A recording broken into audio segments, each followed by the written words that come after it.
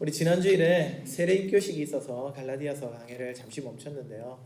우리 그 지난 주에 있었던 갈라디아 본문 간략하게 한번 소개를 드리겠습니다. 갈라디아 2장 1절에서 10절, 오늘 우리가 읽었던 말씀의 전반부죠. 그 내용을 통해서 우리는 사도 바울의 두 번째 예루살렘 방문 이야기를 살펴볼 수가 있었습니다. 그때 바울이 이 진리의 싸움을 싸웠던 것 기억하고 계시죠? 기근으로 고생하는 예루살렘 교회에 도움을 주기 위해서 안디옥 교회가 이 바울과 바나바 손에 연보를 쥐어 보낸 그때였습니다. 그 일행 중에 헬라인 디도가 포함되어 있었는데, 이 디도를 할례받게 하자 하는 유대주의자들의 회유와 압박이 있었습니다. 바울은 이방인으로 하여금 이 할례받게 해서 그것을 그리스도인의 표지로 삼는 이런 시도가 복음의 본질을 심각하게 훼손하는 행위라는 사실을 잘 알았습니다. 그래서 바울은 유대주의자들, 곧 거짓 형제들의 그 압박에 맞서서 디도를 지켰죠. 할례받지 못하게 했습니다. 이때 바울은 예루살렘 교회의 지도자들, 곧 자신보다 먼저 사도가 되었던 야고보와 게바, 또 요한 등을 만나서 그가 해왔던 이방인 선교 사역을 보고하고 함께 친교의 악수를 나누기도 했습니다. 교회의 지도자들은 그들과 함께 예수의 제자로 살았던 지역이 없는 이 바울, 그래서 사도로서 정통성이 의심되는 이 바울을 자신들과 동등한 하나님의 동역자로, 주님이 세우신 이방인의 사도로 인정을 해주었습니다.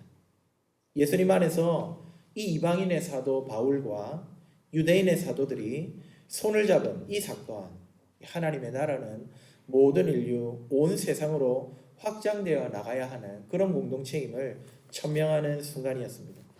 그리고 마지막으로 오늘 본문 바로 앞절 2장 10절, 다만 우리에게 가난한 자들을 기억하도록 부탁하였으니 이것은 나도 본래부터 힘써 행하여 왔노라. 서로 간에 약자들을 향한 구제를 잊지 말자고 당부하는 장면으로 끝을 맺었습니다. 죄와 죽음이라는 이 존재적인 가난에서 예수님을 통해 해방된 우리들은요, 이 세상 가운데 사회적으로 신음하고 고통당하는 그 약자들, 가난한 자들을 돌보고 구제하는 이 사회적 구원을 감당해야 하는 책임이 있습니다. 바라기는 우리 제8영도 교회가 아프고 연약한 자들을 돌보고 구제하기를 잊지 않는 그런 사랑의 공동체로 세워져 갈 수 있기를 주님의 이름으로 축복합니다. 이제 오늘 본문을 살펴봅시다. 아마도 지난 시간 사도 바울이 예루살렘을 방문한 후에 이제 제법 시간이 지난 다음에 오늘 본문의 일들이 일어난 것 같습니다. 이번에는 게바, 곧 사도 베드로가 시리아 안디옥 교회에 방문했을 때 발생한 일입니다. 이때 바울은 놀랍게도 베드로를 매우 책망합니다. 그 이유를 오늘 말씀 12, 13절이 설명을 하고 있죠. 야고보에게서 온 어떤 이들이 이르기 전에 게바가 베드로죠, 이방인과 함께 먹다가 그들이 오매 그가 할례자들을 두려워하여 떠나 물러가매 남은 유대인들도 그와 같이 외식함으로 바나바도 그들의 외식에 유혹되었느니라. 이 사건의 개요는 간단합니다. 게바 곧 베드로는 시리아 안디옥 이방인 지역입니다. 이 이방 지역 교회에 와서 그곳에 있는 이방인 신자들과 함께 교제하며 식사하고 있었습니다. 그런데 야고보에게서 온 어떤 이들, 즉 예루살렘 교회에서 온 일단의 유대주의자들이겠죠. 그들이 도착하자 이방인 신자들과 가지던 식사 자리를 내팽개치고 도망을 간 겁니다. 거기에 있던 다른 유대인 그리스도인들과 심지어 바나바조차도 이런 게바의 행동에 동조하고 같이 떠나버립니다. 이 사건 덕분에 유대주의의 이 외식에 대해 안디옥 교회 공동체 전체가 시험을 받을 수 있는 상황을 초래했던 것이죠. 우리도 그렇지만은 고대 근동 지역에서 함께 식사를 한다는 것은 단순히 한 끼 때우는 허기를 해결하는 그 정도의 일이 아니었습니다. 고대의 군사동맹 체결식이나 혹은 아주 중요한 언약 체결식 이런 것들은 종종 식사 자리를 함께하는 경우가 있었는데, 그런 점에서 같이 식사하는 이 행위는 같은 상에 앉아 있는 저 상대방을 이제 당신과 나는 같은 편이다, 한편으로 인정하는 행위였습니다. 그와 나는 한 생명으로 엮여져 있는 운명 공동체라는 사실을 표명하는 굉장히 중요한 이 상징성을 갖는 행위가 식사였던 겁니다.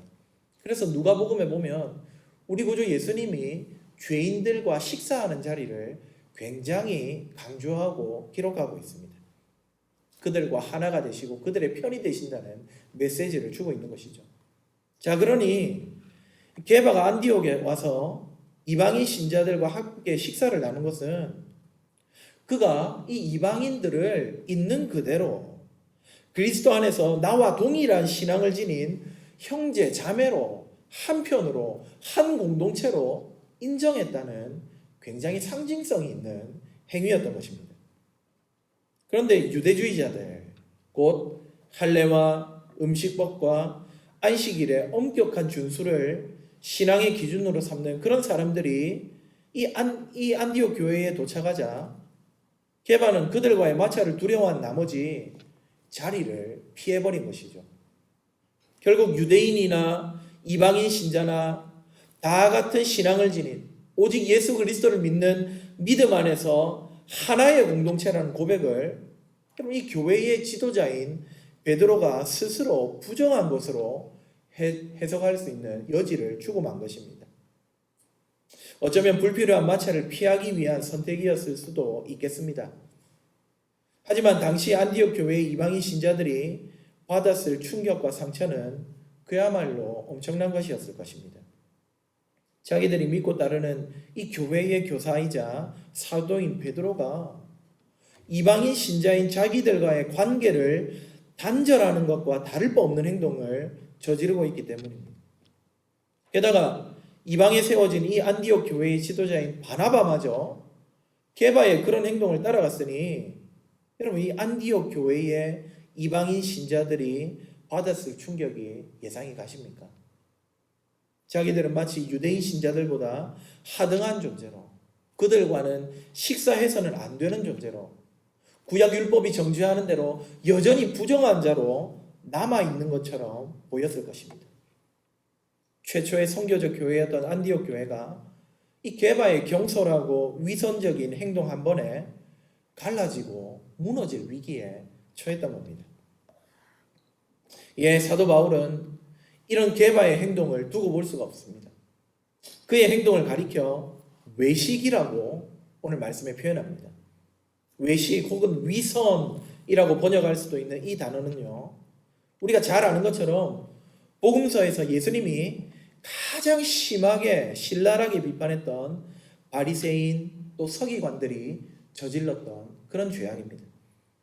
외식, 위선은요, 표면적으로 볼 때는 신앙에 합당하고 선한 행위처럼 보이지만 사실 그 내막을 들여다보면은 악한 의도에서 비롯된 행동을 가리키는 말입니다. 게바는 할례자들, 곧 유대주의자들을 배려하고자 이방인들과의 식사 자리를 피했을지 모르겠지만 그것은 오히려 복음의 본질을 훼손하고 공동체를 파괴하는 심각한 결과를 낳는 위선에 지나지 않았던 것입니다. 이런 베드로, 곧 게바의 위선이 가져온 심각한 위기를 본 바울은요, 그에게 그를 호되게 꾸짖습니다.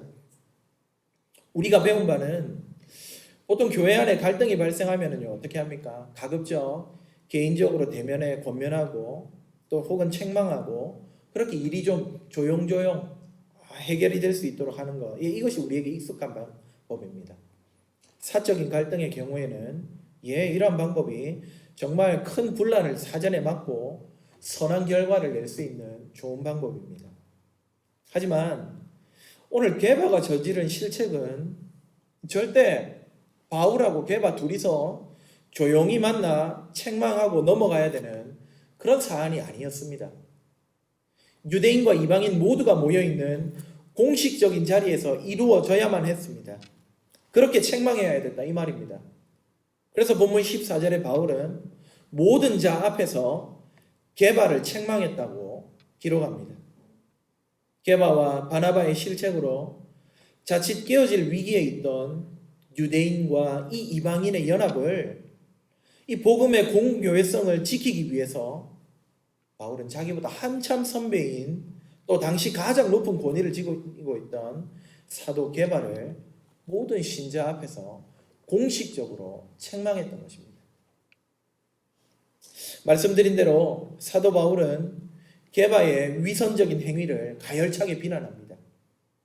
본문 14절에 기록된 바울의 항의를 좀 더 가독성이 좋은 번역으로 바꾸어 읽으면 이렇습니다. 14절. 유대인으로 태어난 당신이 지금 유대인 아닌 이방인처럼 살고 있지 않느냐. 그런데 왜 이방인 신자들을 유대인으로 만들려고 합니까? 지금 우리 베드로를 이렇게 책망합니다. 게바는 안디옥에 와서 많은 이방인들과 교제하면서요, 이방인들이 먹는 음식을 같이 먹었습니다. 유대인이었지만 그들과 허물 없이 이방인의 습관을 같이 행하고 있었습니다. 유대교가 금시한 음식들도 거리낌 없이 먹었습니다. 그래놓고 예루살렘에서 온 그 유대주의자들을 두려워한 나머지 복음의 자유함을 내팽개 쳐버린 것입니다. 그래서 바울은 본문 15절 16절에 이렇게 게바를 책망합니다. 우리는 본래 유대인이요 이방 죄인이 아니로되 사람이 의롭게 되는 것은 율법의 행위로 말미암이 아니라 오직 예수 그리스도를 믿는 믿음으로 말미암은 줄 알므로 우리도 그리스도 예수를 믿는 것 아니냐. 우리가 유대인이죠. 당신과 나나 다 유대인이지 않습니까? 그러면 우리가 유대인이기 때문에 행위로 말미암아 의롭게 됩니까? 그거 아니잖아요. 그래서 우리가 행위가 아니라 예수 그리스도를 믿는 것 아닙니까? 지금 게바에게 말하고 있습니다. 율법의 행위로서는 의롭다 함을 육체가 없다는 걸 당신 잘 알면서 왜 이런 행동을 하고 있습니까? 하는 것이죠. 율법의 행위가 아니라 믿음이면 되는데 왜 그런 식으로 식사 대상을 구분하고 식사 메뉴 따지고 이런 행위 하느냐 이 말입니다. 물론 여러분 여기 율법의 행위 이것은 구약의 율법이 명하는 그런 모든 명령들이 아니죠. 우리가 갈라디아서를 통해 살피면서 계속해서 말씀드리는 대로 이 율법의 행위는 유대주의자들이 주장하는 그 행위들, 할례와 음식법과 안식일 준수 같은 사람의 전통입니다. 오늘 이 사건에서는 바로 이 음식법이 주된 이슈가 되겠죠. 사랑하는 성도 여러분, 우리 구주 예수님께서 이 모든 행위들, 율법의 행위들, 사람의 전통을 철폐하셨음을 믿으시기 바랍니다. 공생애 동안에도 이 문제 때문에 종교 지도자들과 끊임없이 싸우셨고 결국 십자가와 부활을 통해서 이 옛 질서들을 다 폐하시고 전복시키셨습니다. 어떤 행위도 이제는 구원에 아무런 효력이 없습니다. 예수님은 또한 유대 사람과 이방 사람 사이를 가르는 담을 자기 몸으로 허물으셔가지고 서로 전혀 거리낄 것 없이 원수되지 않고 하나 되게 하셨다고, 조문으로 된 계명의 율법을 폐하셨다고 에베소서 2장 14절부터 16절이 천명했습니다. 그런데 게바가 지금 주님이 폐하신 율법의 행위들을 오히려 다시 은근슬쩍 지키고 있는 것입니다. 특정 기준을 바탕으로 유대인과 이방인을 다시 갈라버리고 그래서 그들로 하여금 하나님께 나아가는 길을 막아버리는 행동을 했습니다. 때문에 바울은 오늘 본문 18절에서 헐었던 벽을 다시 세우는 율법의 행위는 우리를 의로움이 아니라 불의함으로 몰아붙일 것이라고 지적하고 있는 것이죠. 게바의 행동은 복음에다가 작은 생채기를 내는 정도가 아니었습니다. 정확하게 복음의 반대편에 존재하는 가장 비복음적인, 반복음적인, 적그리스도적인 행위였습니다. 율법의 행위들은 주님께 나아가는 길을 막고 또 너와 나, 유대인과 이방인, 남성과 여성, 주인과 종을 날카롭게 차별하는 장벽에 지나지 않았습니다. 어떻게 바울이 그런 일을 행하는 게바를 가만히 보고만 있을 수 있겠습니까? 오늘 말씀 16절처럼 사람이 의롭게 되는 것은 율법의 행위로 말미암음이 아니요 오직 예수 그리스도를 믿음으로 말미암는 길뿐입니다. 어째서 게발은 이 진리를 모르고 이 파괴하는 행동을 한단 말입니까? 바울 당시의 유대주의자들이 그랬듯이 오늘날 많은 교인들도 의롭게 되는 것에 자꾸만 믿음 외에 어떤 것들을 추가하려는 경향이 있는 건 아닌지 모르겠습니다. 그래도 우리가 교인인데 이것도 해야 되고 저것도 지켜야 되고 그래야지 우리가 진짜 교인이지 참된 성도지 하고 착각하는 경우가 종종 있다는 것입니다. 11조의 참된 의미는 조금 몰라도 되고 그저 11조를 기계적으로 지키는 것이 잘한다고 생각합니다. 11조 생활 착실하게 하는 사람은 바른 성도, 11조 안 하는 사람은 그 사람은 부족하고 미성숙한 성도 혹은 하나님과 상관없는 사람. 여러분 맞습니까? 정말 그렇습니까? 저는 목사임에도 불구하고 11조 하지 못한 적이 있습니다. 왜? 그달에 생활비가 너무 없었어요. 그래서 11조 하지 못했습니다. 그러면 11조 행위로 판단하는 저는 하나님 앞에 바른 성도 맞습니까? 아닙니까?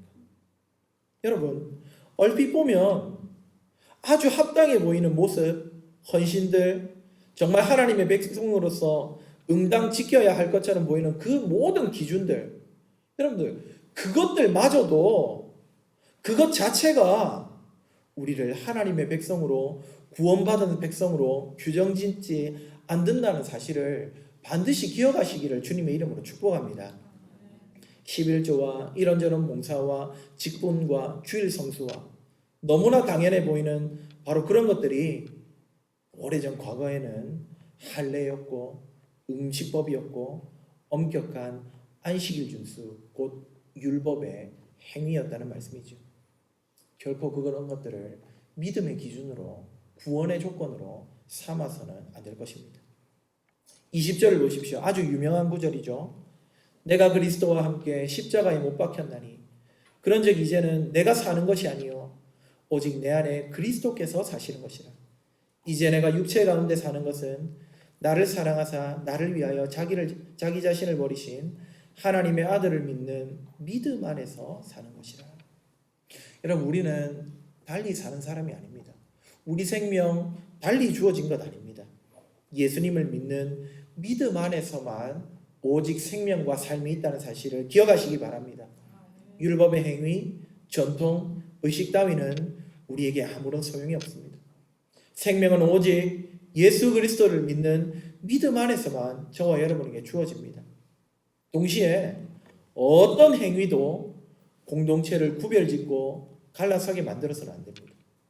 여러분 오늘 이 20절 말씀 그리스도가 내 안에 사시면서 내가 살았다. 내가 믿음으로만 살았다. 이거는 단지 나 개인의 구원을 묘사하기 위해서 사도 바울이 하는 말이 아니잖아요. 게바의 실책에서 비롯된 바 유대인과 이방인 사이에 다시금 차별의 벽이 쌓아 올려지고 있는 이런 상황에서 여러분 서로 간의 화목을 파괴되는 것을 혼내는 맥락에서 지금 이 2장 20절 말씀이 등장한 것 아닙니까? 그러니 믿음만이 우리를 하나 되고 화목하게 할 수 있다 이 말입니다. 사랑하는 성도 여러분, 유대주의자들은 구원받고 싶으면 유대인과 같이 될 것을 강조했습니다. 게바는 마치 그 말이 맞는 것처럼 행동했기 때문에 오늘 사도 바울이 그 율법의 행위를 편든 게바를 혼냈습니다. 의롭게 되는 유일한 조건은 십자가에 예수 그리스도를 믿는 믿음밖에 없습니다. 교회당에 나오고 이런저런 기준과 행위들을 준수하는 종교인이 되어야 하나님 백성 되는 것 아닙니다.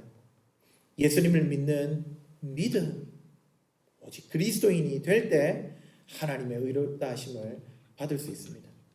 유대인이 되는 것, 율법의 행위들을 따르는 것은 오늘날로 치면 여러분 신앙 없이 익숙한 습관적인 종교인이 되는 것을 말합니다. 이런저런 규율들을 기준으로 삼고 그걸 잘 지킬 때 나는 신앙이 참 잘 들어있다. 나는 신앙생활 잘 하고 있다. 이것이 바로 율법의 행위를 따르는 모습입니다. 필요한 것은 오직 예수 그리스도의 십자가 그리고 그분의 부활을 믿는 믿음밖에 없습니다. 그 외 모든 것들은 부수적인 요소고 되려 믿음의 결과들이죠. 믿음이 있어야지만 11조가 의미가 있고 믿음이 있어야지만 교회 봉사가 아름다운 것들입니다. 그가 누구든지 간에 유대인이든 이방인이든 남성이든 여성이든 주인이든 종이든 상관없습니다. 오직 예수 그리스도께서 나를 위해 십자가에 죽으셨다는 그 사실을 믿기만 하면 누구든지 구원 얻는 하나님의 백성이 되는 이 놀라운 복음을 신뢰하는 저와 여러분 되기를 주님의 이름으로 축복합니다. 동시에 여러분 오직 믿음 안에서만 우리는 한 몸, 한 공동체가 될 수 있음을 기억하십시오. 세상은 혈연과 지연, 학연으로 사람을 가르고요. 서로 당을 짓습니다. 우리가 남이가 내가 너 서장이라 밥도 먹고 사우나 하고 다 했어. 여러분 이건 돌려서 말하자면 우리 밖에 있는 놈들은 다 원수 아이가 이 말이죠. 이걸 잘했던 사람들이 바로 유대주의자들 아닙니까? 거기에 동조한 게 지금 개바 아닙니까? 할례 안 받았으면 우리 편 아니야. 음식법 안 지키면 우리랑 같은 공동체 아니야. 안식일 엄격하게 안 지키는 놈은 다 적이야. 여러분 주님이 주신 사랑의 법을 자기 마음대로 변형해가지고 서로 편가르고 차별하는 죄악의 수단으로 전락시켰던 자들. 여러분 안타깝게도 오늘날 이 유대주의자들을 가장 닮은 이들이 바로 우리 개신교가 아닐까 싶습니다. 여러분 우리 개신교 장로교회 종파가 몇 개인지 아십니까? 제가 학교 다닐 때 들었던 개수가 200개였습니다. 장로교 이름 붙인 종파가 교단이 무려 200개가 넘습니다. 여러분 이 우리 개신교인들만큼 각자의 신앙적인 기준을 절대화시켜가지고 니하고 내하고는 안 되겠다. 다르다. 나는 나가야 되겠다. 다른 사람들 정죄하고 비난하는데 능숙한 사람들이 또 있느냐 이 말입니다. 우리만큼 율법의 행위들을 많이 만들어내고 벽을 세우고 울타리 치고 안과 밖을 이 날카롭게 구분하고 그래서 복음을 들어야 하는 이웃을 향해서 지옥 운운하는 말들을 쉽게 만들어내는 저는 동성애를 결코 찬성하지 않습니다. 하지만 여러분 퀴어 행사하는 거기에 참여하는 자들 향해서 수많은 보수 기독교인들이 뭐라고 합니까? 저 지옥의 땔감들 전도해야 되는 사람들 아닙니까? 왜 여러분 행위로 그들을 판단합니까? 잘못된 행위 하죠. 그래서 그리스도가 더 필요한 사람들 아닙니까? 여기 그들보다 의로운 사람이 누가 있습니까?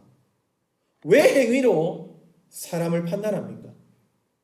개신교인들만큼 21세기 유대주의자들이 또 어디에 있느냐 이 말입니다. 믿음으로 의롭게 된다. 오늘 이 본문의 가르침은 하나님과 사람 사이의 단절, 그래서 우리를 의롭게 만들고 우리를 구원하게 하는 이것뿐만 아니라 사람과 사람 사이에 존재했던 장벽도 무너뜨리는 하나님의 지혜임을 믿으시기 바랍니다. 믿음이 있으면요 누구라도 하나님의 백성 될 수 있습니다. 여러분 이 진리는 교회 밖에 있는 수많은 모습의 사람들을 초청하는 주님의 초대장입니다. 이 위대한 진리를 겨우 교회 밖 사람들과 교회 안에 우리를 혹은 교회 안에서도 종교생활 잘하는 사람과 그렇지 못한 사람을 구분짓는 차별의 수단으로 사용했어야 되겠느냐 이 말씀입니다. 여러분 예수님을 만나 자기의 귀신 들린 딸을 고쳐달라고 간청했던 가나안 여인을 기억하실 겁니다. 여러분 이 여인은 예루살렘 성전이나 유대인들의 회당에 들어갈 수조차 없던 그런 사람입니다. 율법 몰랐습니다. 몰랐으니 행하지 못했습니다. 성경 구경조차 못해본 이방인입니다. 오늘로 치면 성경 한 글자 읽어보지 않은 그리고 교회에 발 한 번 들여다본 적 없는 그런 사람입니다. 그런데 이 여인이 예수님 앞에 부스러기라도 좋으니 도와달라고 강청했을 때 예수님 뭐라고 하십니까? 그 말 속에 담긴 여인의 믿음을 보시고 내 믿음대로 될 것이다 말씀하셨습니다. 가나안 여인처럼 믿음만 있으면 주님의 자비를 받을 수 있습니다. 주님의 부르심을 받을 수 있습니다. 하나님의 구원을 누릴 수가 있습니다. 또한 동시에 주님과 교제하는, 주님의 제자들과 함께하는 하나님의 백성 공동체에 포함될 수 있었던 것입니다.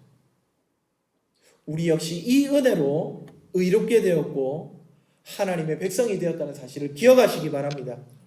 주님이 베풀어 주신 오직 믿음으로 얻는 의, 이 은혜 주신 주님을 찬양하는 이 아침이 되기를 주님의 이름으로 축복합니다.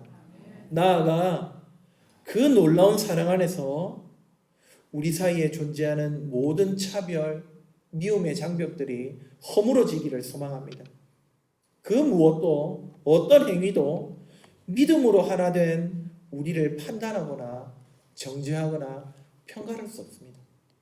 한 믿음 안에 한 공동체 되는 저와 여러분, 우리 제8영도교회 될 수 있기를 주님의 이름으로 축복합니다. 말씀을 맺겠습니다. 예수 그리스도를 믿는 믿음으로 의롭게 되는 은혜를 누리는 우리 모두가 되기를 소망합니다.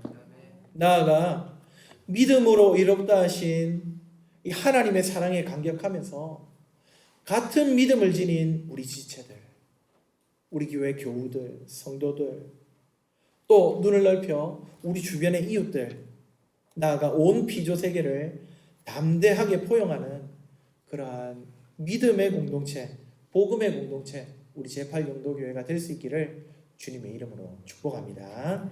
아멘.